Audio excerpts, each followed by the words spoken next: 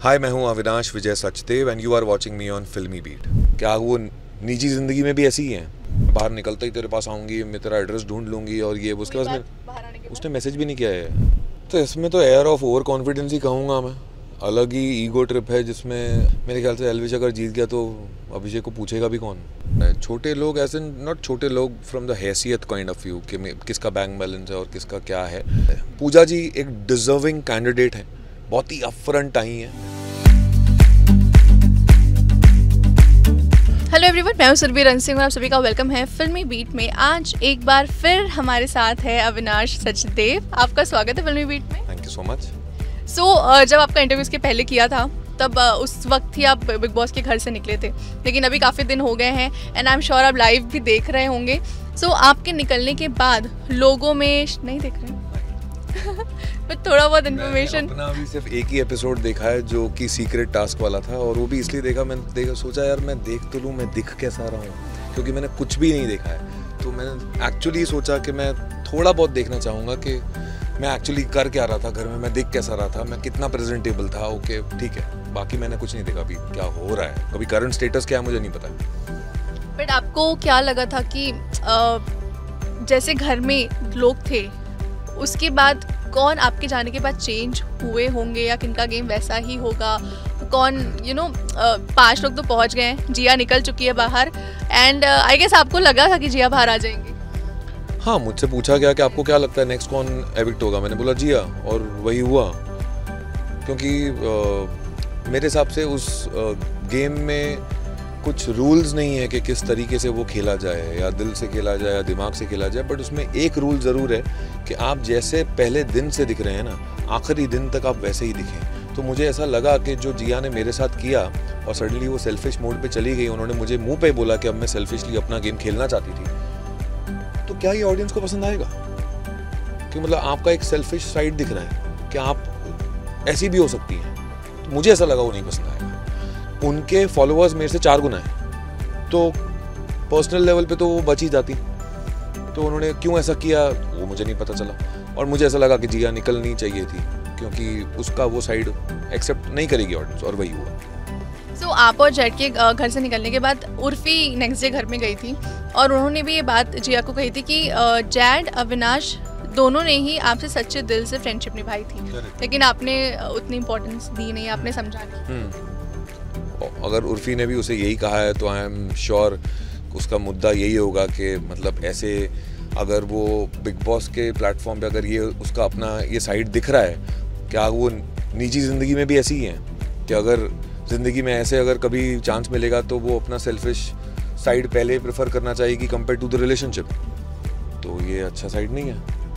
तो मैं तो बहुत ही डिसअपॉइंट हुआ था अंदर शो में भी और अभी भी हूँ, और मुझे नहीं पता तो कब तक रहूँगा। उसने तो मुझे ऐसा कहा था मैं बाहर निकलते ही तेरे पास आऊँगी, मैं तेरा एड्रेस ढूंढ लूँगी और ये उसके पास उसने मैसेज भी नहीं किया है, उसके पास नंबर है मेरा। तो क्या था वो क्या था और ये क्या है मुझे कुछ नहीं पता। जिया ने कहा था आपसे कांटेक्ट करेंगी, लेकिन बाहर आने के बाद अब तक उन्होंने कोई कांटेक्ट नहीं किया। और साथ ही हमने शो में देखा है कि आपका और अभिषेक का तो अनबन चलता ही रहता था, लेकिन फिर भी आप अभिषेक की तारीफ करते थे, और आपने और पूजा जी ने ये भी कहा है कि वो विनर इस शो के बन सकते हैं। लेकिन अभी जो अभिषेक ने वीकेंड का वार में जब अभिषेक के वीडियोस दिखाए गए कि जो भी एरोगेंटली उन्होंने बोला, ऐसा कहा जा रहा है कि बहुत ओवर कॉन्फिडेंट हो गए। फिर अभी कल के एपिसोड में उन्होंने एक चीज़ एल्विश को बोली, क्योंकि एल्विश को ये चीज़ बहुत ज़्यादा बुरी लग रही थी कि वाइल्ड कार्ड क्यों नहीं जीत सकता, ऐसा अभिषेक को क्यों लगता है। तो उन्होंने एक बार फिर से पूछा, अभिषेक ने कहा कि हाँ मुझे नहीं लगता कि वो जीतेगा, लेकिन फिर एल्विश ने कहा अगर मैं जीत गया तो अभिषेक ने कहा कि मैं सोचूंगा मैं डिजर्विंग था पर तू जीत गया। तो इसमें तो एयर ऑफ ओवर कॉन्फिडेंस ही कहूँगा मैं।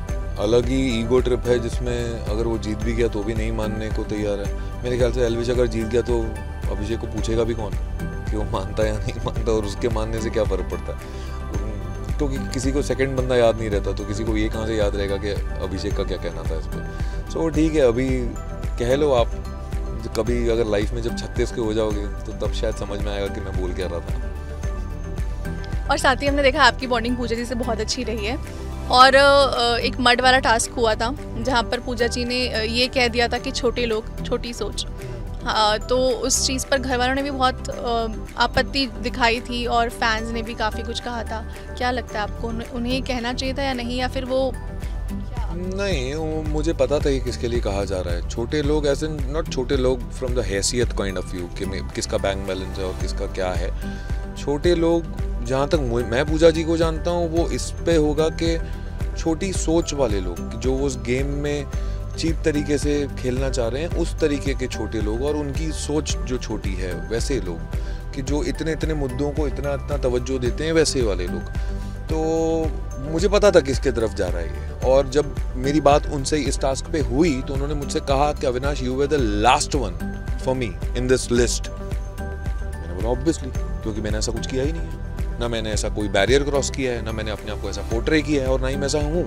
तो मैं क्यों वो तीर अपने आप पे लूँ जो मेरी तरफ आ भी नहीं रहा है। तो मैंने लिया ही नहीं था अपनी तरफ। साथ ही आपको लगता है क्योंकि एल्विश के नाम का बहुत ज़्यादा बज़ है, आपको लगता है एल्विश जीतेंगे और जीते तो वो डिजर्विंग विनर है? देखिए, अब इसमें सीधी बात है, पूजा जी एक डिजर्विंग कैंडिडेट है, बहुत ही अपफ्रंट आई है।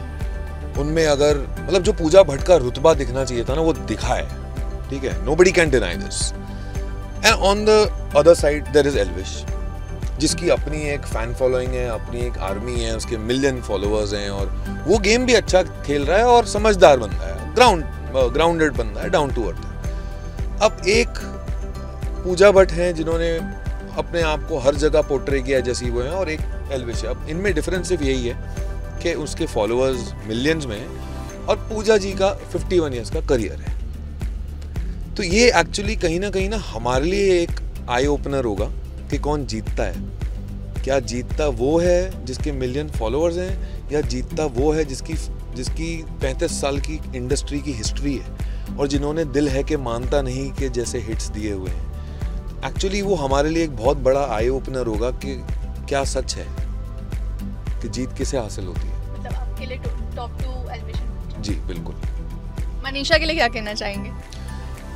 या मनीषा भी मुझे कभी ज़्यादा तो समझ में आई नहीं, क्योंकि मेरा तो उनसे बहुत बार निकल भी गया कि अबे मतलब कभी तो रियल हो जा। लेकिन एट द सेम टाइम वो जब मेरे साथ अच्छे मजाक करती रहती थी, मस्ती करती थी। जैसे मम्मी मेरी आई थी तो मेरा उसका डांस भी हुआ था और मुझे बोल रही थी ऐसे मत देखिए हमें प्यार हो जाएगा। तो एक तो आधा टाइम तो वो मीन करती नहीं है, वो बोलती क्या है, वो सिर्फ ना छेड़ने के लिए करती है। उसको ना हर जगह मज़े चाहिए बस। जो भी बोलती है ना, उसको कुछ भी हो जाए, कोई भी सर्कमस्टेंस हो जाए, कोई भी सीन हो जाए, टास्क हो जाए, कुछ भी हो जाए, उसको मज़े चाहिए। इतना मैंने देख लिया। अब उन मज़े लेने के वजह से ना उसका हर जगह ना मुखौटा अलग दिखता है, जो लोगों को एक मास्क दिखता है। बट कहीं ना कहीं अगर मैं सोचूं तो शायद मनीषा है ही ऐसी। बट अगर वो जिस तरीके, तो वो बहुत बिग बॉस के रूल्स लेके दिमाग में आई है, तो पर वो उसका रियल फेस है या अनरियल है वो अभी तक मैं समझ नहीं पाया।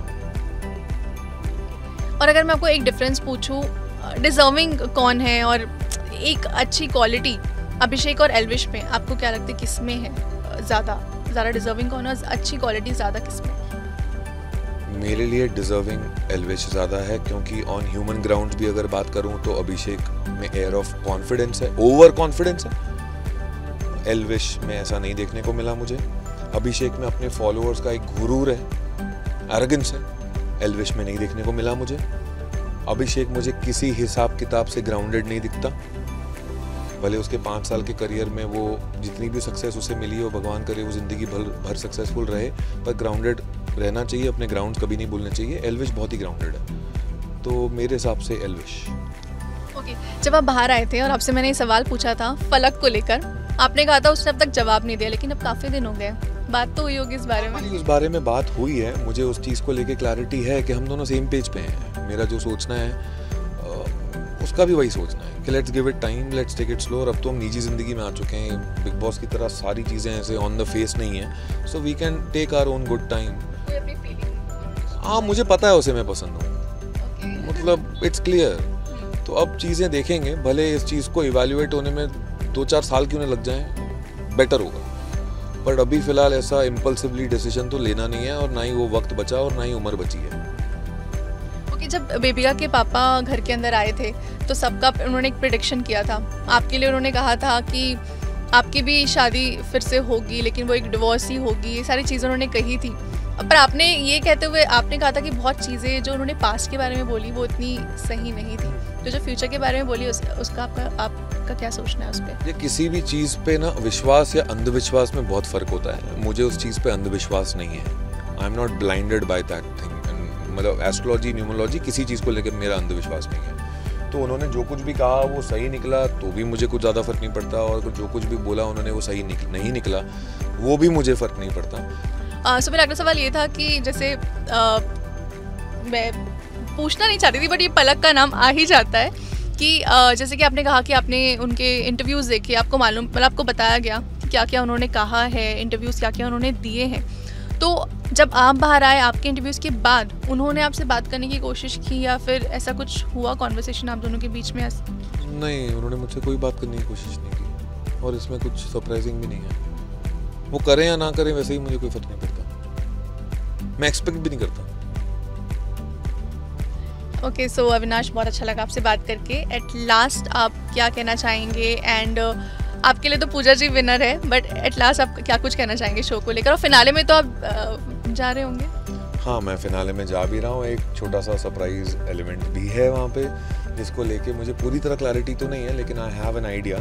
तो वो मैं आइडिया भी नहीं बताऊँगा, और आप उसके लिए वेट करिए, आप फिनाले देखिए, क्योंकि फिनाले आई एम श्योर कि बहुत सरप्राइजिंग होने वाला है। और मैं भी कहीं ना कहीं रिजल्ट का ना वेट करना चाहता हूँ। मुझे देखना है कि क्या जीतता है, जीतता करियर है या जीतते फॉलोअर्स हैं। तो जो भी जीतेगा हम उसकी रिस्पेक्ट करेंगे and we will accept it. But on the other side मैं अपने फैंस को ये कहना चाहूँगा कि यार आप लोगों ने बड़ा संभाला मेरे को उस घर के अंदर। 7 हफ्ते में 5 हफ्ते नॉमिनेट रहा, और 5 हफ्ते में जब इंसान बच जाता है ना तो आपको वो फीलिंग आती है कि यार मेरे फैंस ने मुझे बचा दिया। और मैं कभी सोशल मीडिया ऐप्स पे इतना एक्टिव रहा नहीं हूँ, और फिर भी अगर वो मेरा इतना साथ देते हैं तो I should really upload this. So thank you.